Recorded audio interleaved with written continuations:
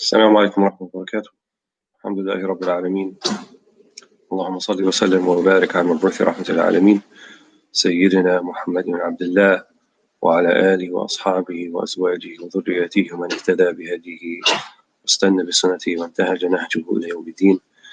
تركنا المحجة البيضاء ليلها كنهارها لا يزيغ عنها إلا هالك وبعد. So apologize for the slight delay in starting. Some issue with the YouTube streaming. So for those who are just joining us, this is our third session with these group of sessions that have been entitled The Journey is the Sedation, the Way of the Arifin, or the Way of the Knowers of Allah subhanahu wa ta'ala. And we had mentioned in the first session that essentially this is why we have been created, from the viewpoint of our Prophet ﷺ and of Muslims and the Islamic viewpoint in general. The verse that Allah revealed, وَمَا خَلَقْتُ الْجِنَّ وَالْإِنسَ إِلَّا لِيَعْبُدُونَ, I have not created the jinn and the ins except to worship me. Ibn Abbas said to know me, as knowing God is the epitome of worshiping God. And so not often do we make the connection between those two things. So we thought it would be inshallah beneficial, productive to kind of look at why that is so. And we chose a particular text that was written in the 6th century of the Hijrah by a Moroccan. His name is Abu Qasim Abdurrahman ibn Yusuf al-Laja'i. And just for kind of a brief historical background of that area, of that region during that time, it was a time of relatively great strife. There was a lot of strife and competition over power. You had the new Dawla al-Muwahideen, the Almoravids, as it's mentioned in the text, had come from the desert in southern Morocco and assumed power all the way up to Al-Andalus. And this was in the wake of Dawlat al-Murabitun, the previous Dawla, which was known for a more stricter interpretation of many of the texts of the Quran and the Sunnah, and of kind of a more austere and difficult sense of rule. So in a sense, Abu Qasim came out of that milieu. And prior to that, there was also, with the dissolution of the Umayyad Caliphate centuries before in southern Spain and Andalus, there was this consistent strife that was going on there. But it tells us that even despite these things, we don't really see a period in our Islamic history that is devoid of scholarly work. So Imam al-Nawawi also lived through the Mongol invasion. Ibn Khaldun actually met Tamerlane in Damascus during the Mongol invasion, and many of the great ulama of Egypt and of Syria all lived through that. And so that did not deter them. In fact, perhaps it gave them a greater incentive to continue. And so despite what we see around us, it's always important that we maintain the very important sunnah of continuing to learn, continuing to try to understand, continuing to try to better ourselves. And ultimately, I think that's, if we're looking for solutions, that's the long-term solution.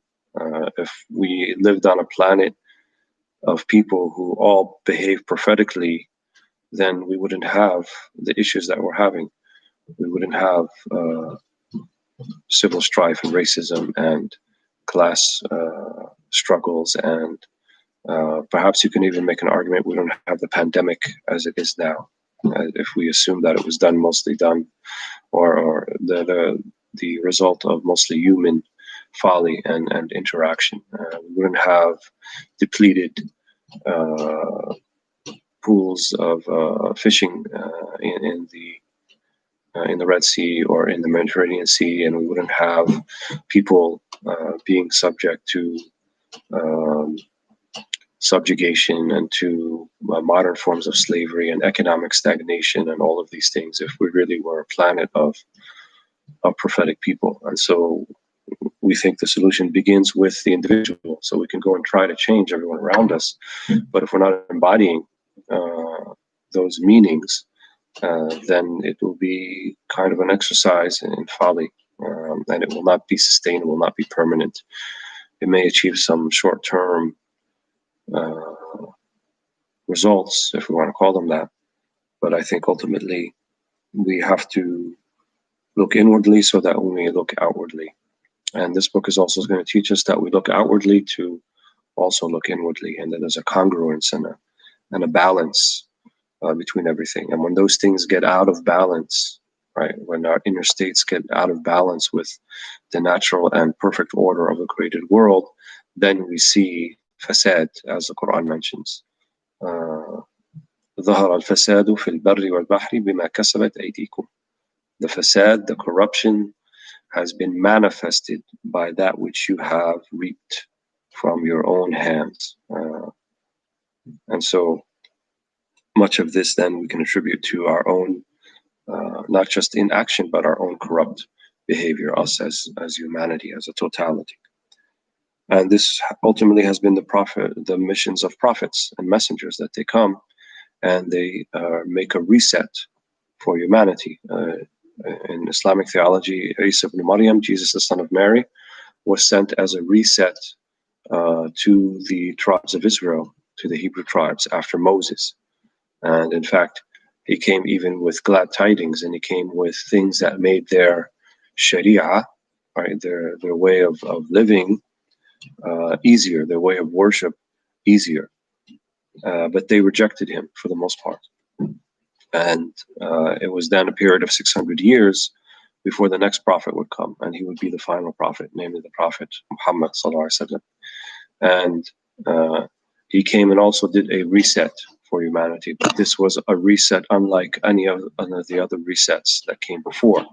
This reset encompassed all of humanity. So not just a particular group of tribes or a particular geographic area, but everybody. And not just for a particular time either, but for until the end of days, until the end of time, this message would continue. And then with the passing of the Prophet Muhammad ﷺ, the question then becomes, well, if there's no more prophets and messengers, then who continues this? Who is going to guide the people? Who is going to tell them what God says? Who is going to instruct them on how to be the best version of themselves? And this is where the Prophet ﷺ mentioned, al-ulama warathatul anbiya, that the knowers, scholars, the ones who know Allah subhanahu wa ta'ala, they are the waratha. They are the inheritors of the Prophet. And not just of the, he said, the inheritors of the prophets, actually, is what he said. Warathatul anbiya. So each knower of God will bring something of an aspect of prophecy, right, of guidance, of mercy, of compassion, of ease, of bringing people together, right? That's a sifa, that's an attribute of prophets and of awliya. They bring people together. They don't make people separate from one another. They don't cause friction and fraction between people. Rather, they bring them together, and they bring them together by bringing the hearts together. So not by coaxing them, not by duping them, not by swindling them, not by making empty promises to bring them to their side and then reneging on those promises when the time comes for fulfillment. That's not the way of the prophets, and that's not the way of the waratha. That's not the way, the inheritors of the prophets.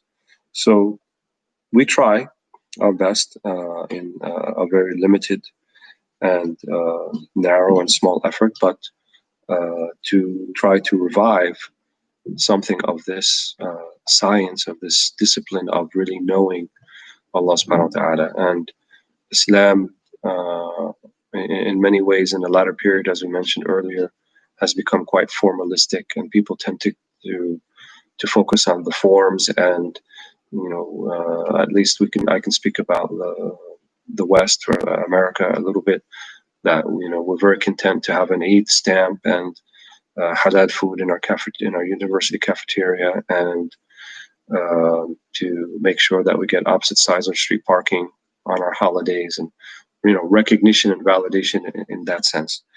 And while I'm not belittling these things, they still remain kind of very formalistic, right? And we build mosques and we build masajid, but have we really been building people?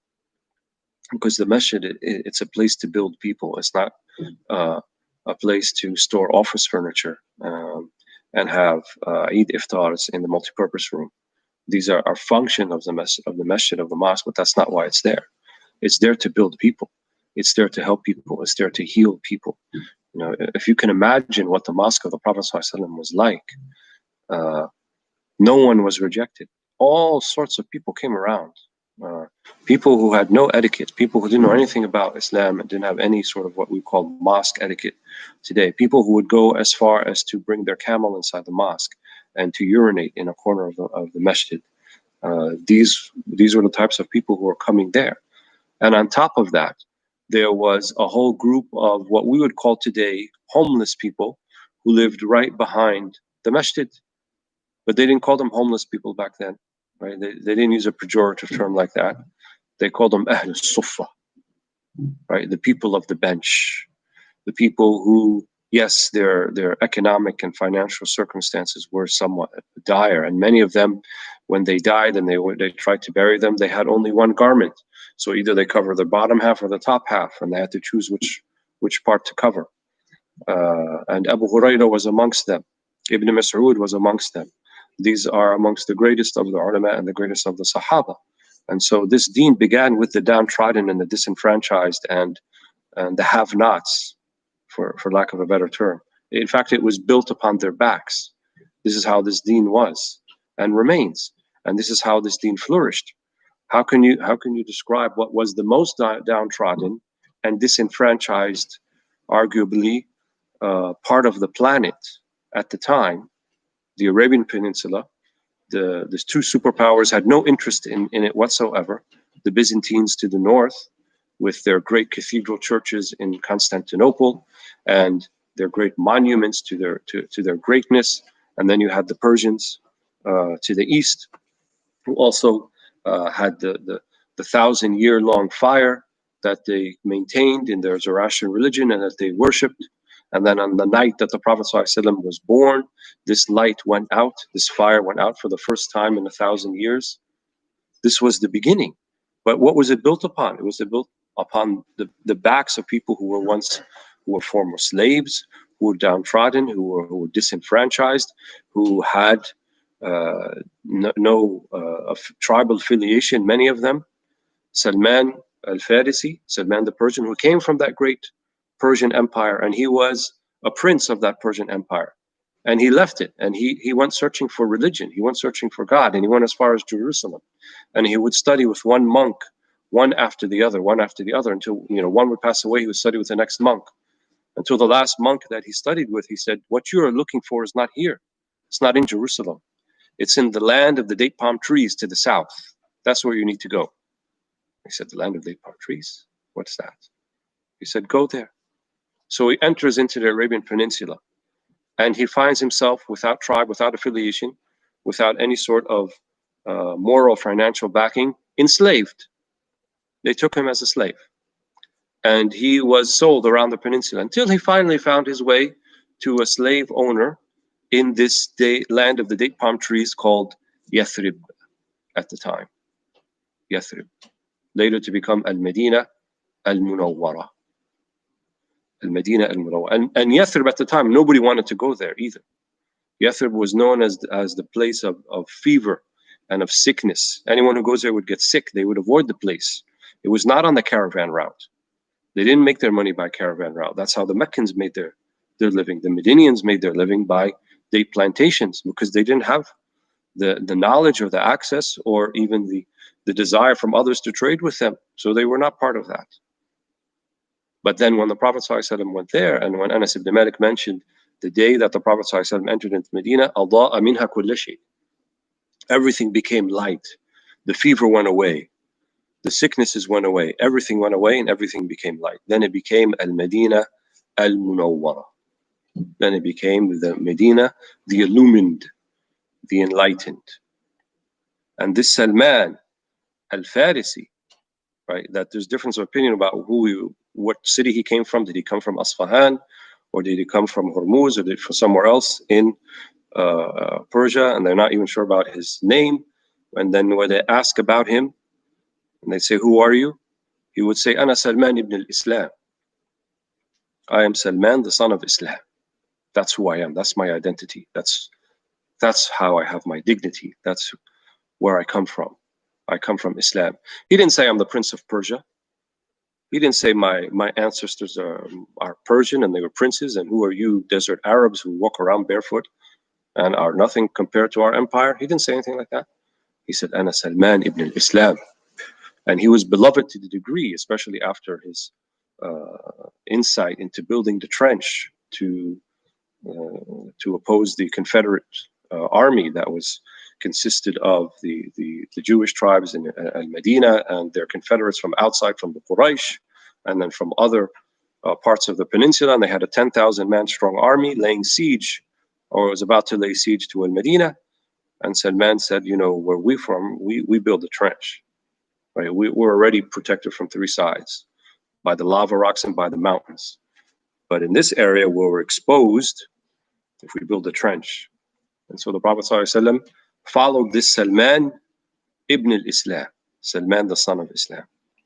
And so the Muhajirun, the ones who emigrated from Mecca, and the Ansar, which was their new name after the Prophet ﷺ came there, because before they were the Aus and the Khazraj, right? They were at war. They were fighting each other, right? They're like the Bloods and the Crips. But that's not what they were after that. They were the Ansar. He gave them a new name. And so the Ansar and the Muhajirun, right? They weren't called the Meccans when they were there. They're called the Muhajirun, those who emigrated. And then those who helped them. See how the society is reformed. Now it's not about where you're from and what tribe you're with or anything like that. Tribal affiliations were maintained. Don't make a mistake about that. But the primary affiliation is your affiliation with Islam. And then what have you done as a Muslim? You're a muhajir. This was a maqam to be a muhajir. You left everything. You left your tribe, you left your family, you left your house, you left your belongings, you left your wealth, you left your riches. For what? For Allah and His Prophet. And then the Ansar who received them. How does the Quran describe them? يُحِبُّونَ مَنْ هَاجَرَ إِلَيْهِمْ. يُحِبُّونَ مَنْ هَاجَرَ إِلَيْهِمْ. They love the ones who came and made hijrah to them. They didn't just treat them as their guests, they treated them as their brothers. And in fact, that was the second thing the Prophet ﷺ did when he got to Al-Medina. The first, he decided where he was going to be and where the masjid was going to be. And the next thing was al-ikha.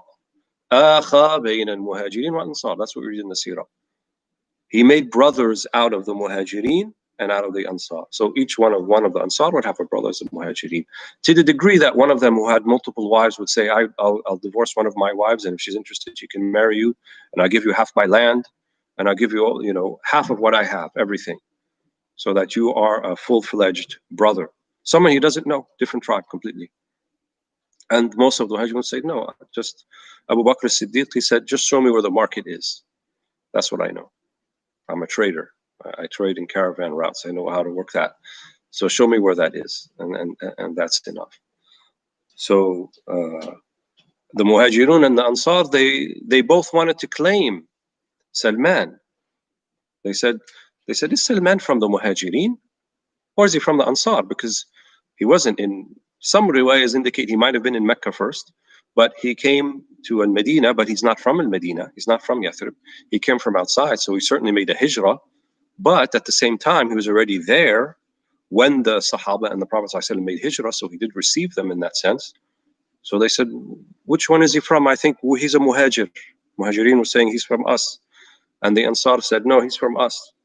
So they said, let's ask the Prophet ﷺ. And so they asked the Prophet ﷺ, Hal Salman min al-Muhajirin or min al-Ansar? He's from the Muhajir or from the Ansar?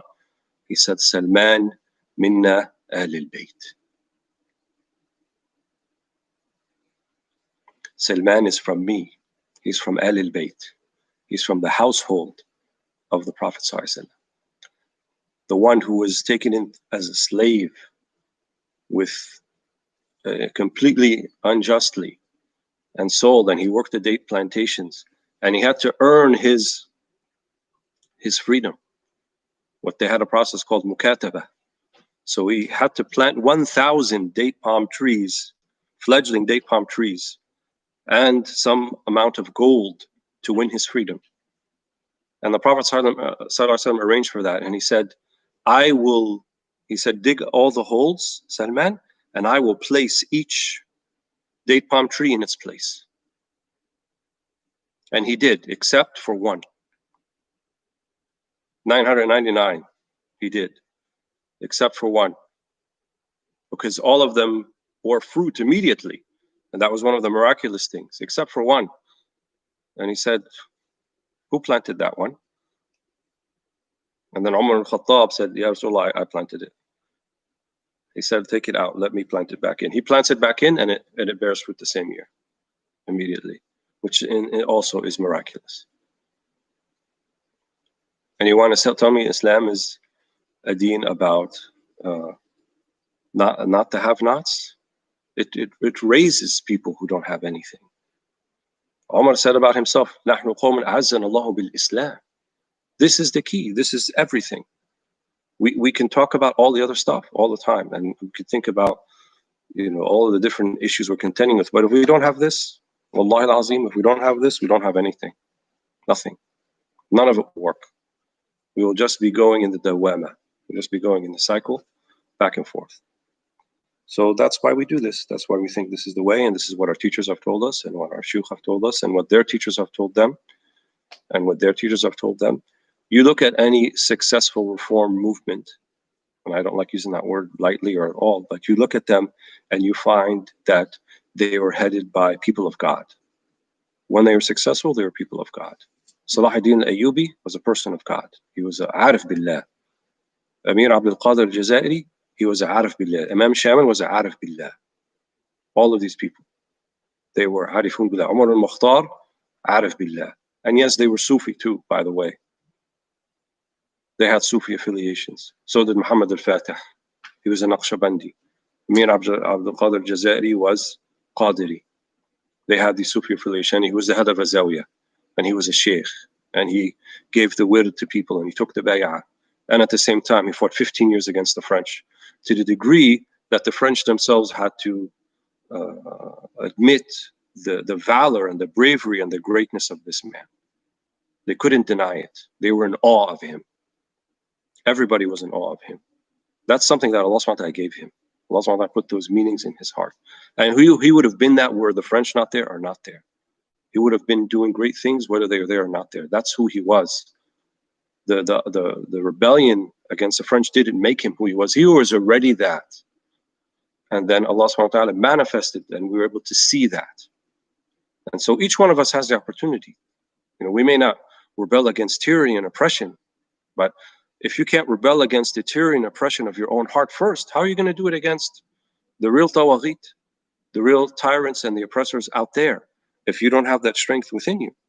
And so we want to know Allah subhanahu wa ta'ala. We want to be steadfast. We want to be firm. We want to be able to control ourselves. We want to be calm and resolute and passionate at the same time, but passionate in things that matter. Not about what we eat or what we wear or what car we drive or, how many Instagram followers that you have. I don't want to be passionate about those things. I want to be passionate about Allah. I want to be passionate about helping people. I want to be passionate about lifting people out of their troubles. That's what we want to be passionate about. And this is the manual. Yes, the Quran and the Sunnah, but all those things, they are there to help us understand the program, understand the manhaj, understand the manual, understand how to go about doing it. So, we have to revive this deen. There has been people who have been piggybacking on it, people have kidnapped it, people who have made it out to be something that it's not. And the time for that is over. It's done. After this, things will be different, inshallah. And I think all these things that are happening around us, they're a harbinger, or they're an indication that things will be different. بإذن الله تعالى. So I spent 24 minutes not talking about the book, but now we'll get back to the book. So we had began for القطب الأول في معرفة الله سبحانه وتعالى, knowing Allah. This is the first step, the first goal. أول الواجبات التي لا يسع العبد جهلها معرفة الله تعالى. So first we get the understanding that there's something called wajib. There's something called an obligation. You're brought into this world not to eat and drink and have fun and pleasure. That's not it. There are going to be obligations. Okay, I get it. There's an obligation. Well, what's the first one I should worry about? What's the first obligation? Knowing Allah subhanahu wa ta'ala. التي لا يسع العبد جهلها. That the slave of God, the servant of God, it is not permitted. It's not appropriate for you not to have knowledge of it. So we hear that now the first wajib is something to know, right? So it may lead to something to do, right? In order to know, you need to do things, put yourself in a position to learn, to know. That's number one. And what is this thing that we need to know that's most important? Allah. Knowing Allah subhanahu wa ta'ala. So he says, فأول الواجبات التي لا يسعى العبد جهلها معرفة الله تعالى وما يجوز عليه وما لا يليق به ولا تدرك معرفة الله بسمع ولا بصر ولا بتقليد لأن معرفة الله تعالى فرض على الأعيان لا على الكفاية. This first obligation, we need to know what's permissible for God, what's inappropriate for Him.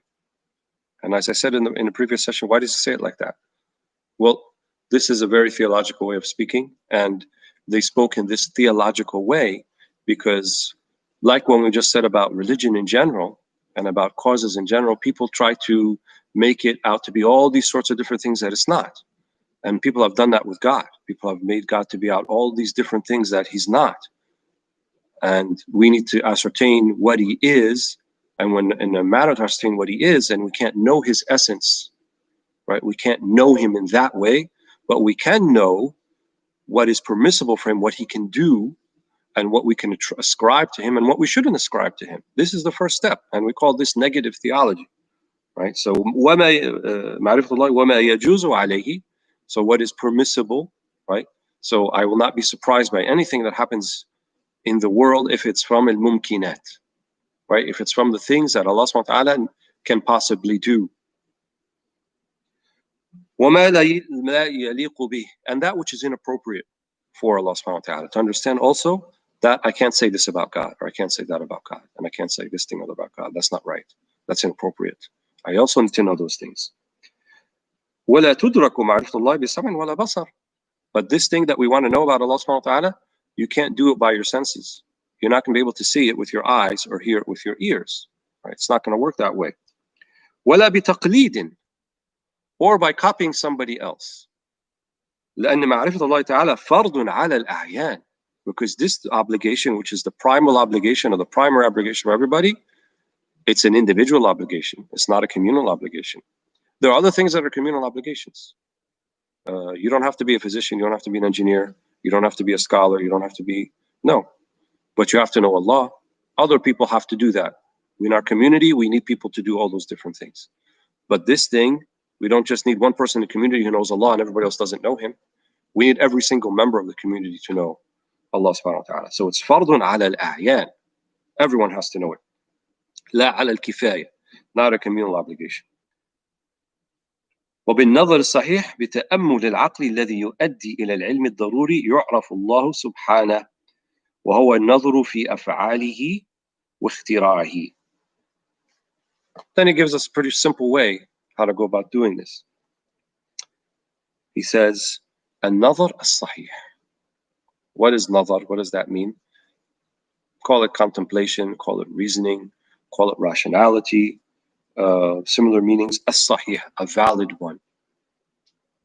In other words, strip yourself of all of the hang-ups, of all the preconceived notions, of all of the perhaps trauma that you might associate with religion in general. Put that all on the side for now. But just think about things. Just look at things around you. Just contemplate things. بتأمل العقل, right? The contemplation of the intellect. الذي يؤدي إلى العلم الضروري. So by contemplation of the intellect, this will lead you to necessary knowledge. Al-ilm al-daruri. What is necessary knowledge? Necessary knowledge means that you cannot conceptualize it any other way. You can't see it any other way. Like, either you're moving or you're standing still. There's no third category. Either I'm sitting still here or I'm moving. There's no third one. Either I'm right here or I'm in the back of the room. I can't be in both places at the same time. This is what we call ilm al-daruri, right? And it's not just the principle of non-contradiction that I just talked about. There's other things in that too. 1 + 1 equals 2. I'm not going to imagine a universe where 1 + 1 is going to be equal to 3, because by definition 1 and 1 add up to 2. There's no other way about it. The part will never be greater than the whole. If I rip one page out of this book, it's not going to be greater than the book itself, because it's part of the book. These are things that are non-negotiable. In other words, these are things that are absolute. And the existence of God, of Allah subhanahu wa ta'ala, is absolute. How do I get to it? بالنظر الصحيح is what he's saying. الذي يؤدي إلى العلم الضروري, that will lead you to necessary knowledge. يعرف الله سبحانه. Then I know Allah. But I know Allah in the, like, step 1. What's step 1 of knowing Allah? Knowing that He exists. That's step 1. Knowing that He's there. The other things that I need to know about Allah subhanahu wa ta'ala that are going to affect me kind of in every single way I can imagine will come after that. But the very, very first thing I need to know, He's there. He exists. And then after that, I'll know He's always been there. And then after that, I know He's always going to be there. And then I know that I'm not anything like that. I haven't always been here, and I'm not always going to be here. And if I'm not like that, then something must have brought me to be here, because it wasn't my choice. This is called contemplation. An-nadhr as-sahih. And then he says, وَهُوَ النَّظْرُ فِي أَفْعَالِهِ وَاخْتِرَاعِهِ. It's looking at His acts and looking at the things He has created. That's what we need to look at. That's what we need to contemplate. وكل ما في الوجود من الأفعال على قسمين لا ثالث لهما. Everything in existence is 2 categories. There's no third category. Everything you look at in existence, 2 categories, no third category. What are these categories? قسم يدرك بالمعالجة والتعليم، وهي صنعة الآدميين التي يعالجونها بأيديهم مثل الخياطة والكتابة وكل ما يدرك بسبب معتاد. So he said the first category is that which can be built based upon learning or knowledge. So he says this is everything that human beings build with their hands. And obviously in his time, he's not talking about skyscrapers, but he said al-khiyata wal-kitaba, right? Sewing things and writing. وَكُلُّ مَا يُدْرَكُ بِسَبْبٍ مُعْتَادٍ. And everything that has a particular cause behind it. So we can look at airplanes today, and we look at trains, and we look at cities, and we look at hydrogen colliders, or whatever they're called, and we know that there are human beings behind that, right? There's no question in our mind that someone built that. No one is going to claim it. The International Space Station came together all by itself in space by itself, and just got put itself together all by itself. We see there's ta'lim and mu'alaja. Someone had knowledge, and based upon that knowledge, they were able to build that thing, right? So they had knowledge and they had ability to make that happen. So that's one category of everything that you find in the universe, in the world. وقسم ثان لا يدرك بمعالجة ولا بتعليم. And there's this other category that no human being could have made, right? That you couldn't have got to it by building, no matter how much knowledge you have. Not knowledge and not mu'alaja. Mu'alaja means like, process and building. None of that. مثل, like what? تصوير البشر من الماء وغير ذلك من أفعال الاختراع والاقتدار. So like the fashioning of the human being from water, or what, like 90% water or something like that, or 75 or 80%, whatever the number is. But go get the components that make up a human being and try to make one. You cannot. It's impossible. So clearly this is not something that human beings made, but it's something that must have another reason. And then he says, فالأفعال التي تدرك بالمعالجة والتعليم لا يصح وجودها من غير فاعل. He said the things that we see, right, that are the results of acts by someone having knowledge and then building that thing, we cannot say that it's valid by any means, any way, that it came around by itself except by someone who did it. There was a mind behind it, or minds, multiple, there's something brought that about.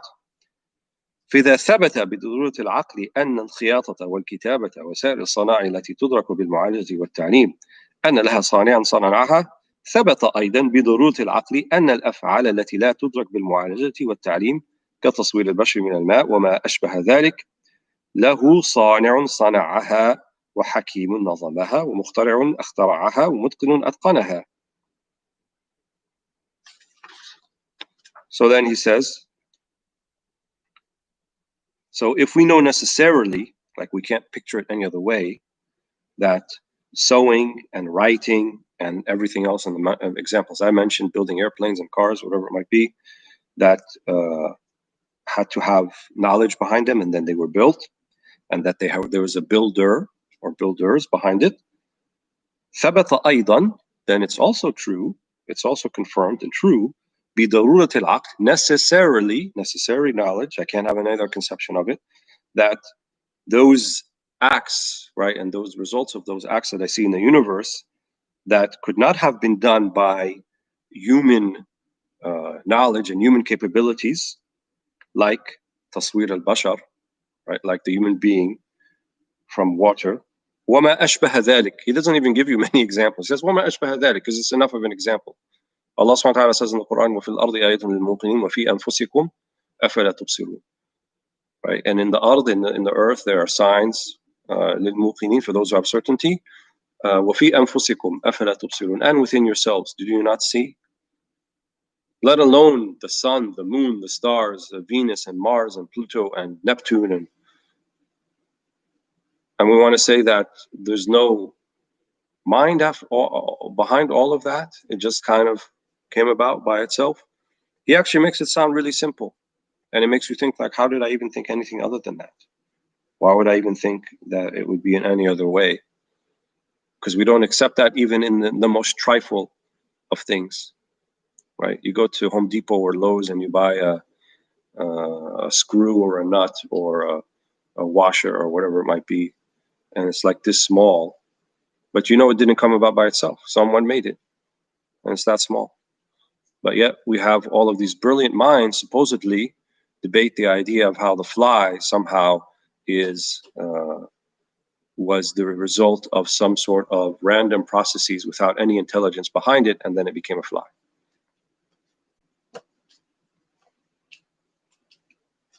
So he said, all these things that لها صانع صنعها, someone made them. وحكيم نظمها, and Hakim, someone who's wise, organized it. مخترع اخترعها, someone brought it out of non-existence into existence. You see this word اختراع, that's what it means. We use it today in Arabic language, someone like who invents something. So he invented something that didn't exist in terms of, you know, like the wheel or the gasoline engine or petrol engine. But here, ikhtira means something that had no existence whatsoever, then was brought into existence. ومتقن أتقنها, and someone who perfected it, right? Because it's one thing to actually bring something and nobody else can do, but then it continues and it sustains itself. That's something else entirely also. فإذا علم بضرورة العقل أن الصنعة التي تدرك بالمعجم والتعليم لا تقوم بذاتها من ذاتها إلا بصانع، علم أن الماء الذي خلق منه الإنسان يستحيل في العقل أن يصور من نفسه يدا ورجلا وسمعا وبصرا وكلاما وعقلا من غير صانع. فإذا علم أن الصنعة مفتقرة إلى الصانع، علم أن الصانع ليس في وجوده شك، فتصوير البشر من الماء لا يدرك بمعالجة ولا بتعليم، لأن الخلائق يعجزون عن ذلك. So he wraps it up, the argument, and he says, if it's known necessarily that those things that have been constructed by human beings based upon knowledge, and they couldn't have done so by themselves, except someone who was a crafter, craftsperson behind it. علم أن الماء الذي خلق منه الإنسان يستحيل في العقل أن يصور من نفسه يدا ورجلا وسمعا وبصرا. Then it's known that the water from which human beings have been created, it's impossible. Right? This is what I mean by inappropriate. لا يليق. Impossible. We can't conceptualize this. Can't happen. في العقل, intellectually, rationally, conceptually, whatever you want to call it, logically. أن يصور من نفسه يدا ورجلا. That it would form its own hand and its own foot. وسمعا وبصرا, and eyes by which to see and ears by which to hear, hearing. وكلاما, and speech. وعقلا, and intellect. من غير صانع, without someone, something that created it. Impossible. فإذا علم أن الصنعة مفتقرة إلى الصانع, so if you know that something that has been made and fashioned and it needs someone who had made it and fashioned it, علم أن الصانع ليس في وجوده شك, then it has to be known necessarily that the one that crafted it has to exist. فتصوير البشر من الماء لا يدرك بمعالجة ولا تعليم. So a human being to be formed and fashioned from mostly water and cannot have been done by human knowledge and human capabilities, لأن الخلائق يعجزون عن ذلك, because creatures, not just human beings, creatures in general, are incapable of being able to do that. Sounds pretty simple if you look at it that way, but somehow it seems it escapes most of humanity, or at least much of humanity. The idea that there is a Khaliq, there is a Sani'. And in fact, we didn't really have widespread atheism until recently. Most pre-modern people a couple centuries ago in Europe and in Asia, and definitely in what's quote-unquote Muslim world, everyone believed there was a God. And even the pagan mushrikeen in Mecca believed there was a God. They believed in Allah, but they just associated partners with Allah. But what we're seeing now is kind of unprecedented. And this is my opinion. I don't think it's an issue of intellect. I think it's an issue of spirit that plagues people today, especially concerning atheism. It's more of a rejection of religion and the apparatus and institution of religion than I think it's a rejection of the sublime and the amazing nature of the universe that's around us that can only have been created by a God, or by the God, by Allah subhanahu wa ta'ala. So that's why I think the approach we're taking, inshallah, is going to be beneficial, because we're looking at both the intellect and the theological, and at the same time looking at the spiritual, because they're connected. They can't really be separated. And even though they're kind of like formal disciplines that are normally not discussed together, although some authors have done so, Imam al-Ghazali very famously did so in Ihya al-Ulumuddin and others. I think it's important, and inshallah there'll be fawaid, there'll be benefits for all of us. So I'm going to stop here.